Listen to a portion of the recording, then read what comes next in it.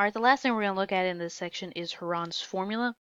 So we would use this formula right here if we're trying to find the area of a triangular spot, and they just give us the sides.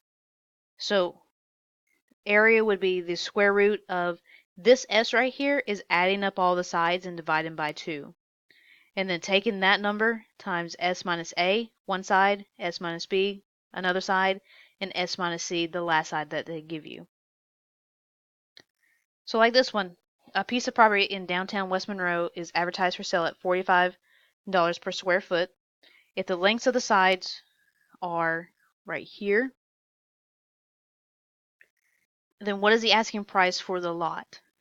Okay, so it's 45 per square foot.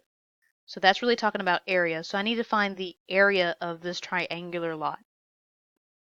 So the first thing I'm going to do is I'm going to find S, and I'm going to add all of my sides together. So the 220 plus the 234 plus the 160, all divided by 2.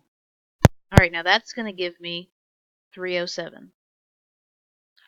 Okay, to find the area, that'll be the square root of 307 times 307 minus 220 minus 307 minus 234 times 307 minus 160. Okay, so I'll get a number for each one of those. This will be 307 times 87 times 73 times 147.